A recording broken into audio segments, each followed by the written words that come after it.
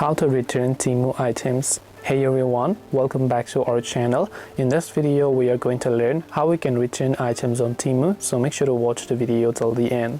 If you purchase something that now you decide that you would like to get a refund for it because maybe you're not satisfied with the product, well, first of all, it really depends upon the refund policy of the seller that you bought it from. If the seller does not allow a refund, you cannot refund. If the product is in a very bad condition compared to the time when it was given to you, you cannot refund then as well. So you need to make sure it is still in a good condition, and you need to provide a valid reason as to why you would like to refund. And to refund it, you can open the Temu app or go to temu.com and log into your account.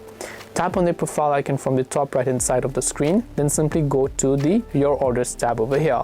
And once you go to the Your Orders tab, you should be able to see a list of particular orders that you've made, where you'll also be able to find any sort of orders that might be there for you. And once you've done that, you'll be able to go ahead and then basically tap on the Return a Refund option, and then you'll be able to return the product.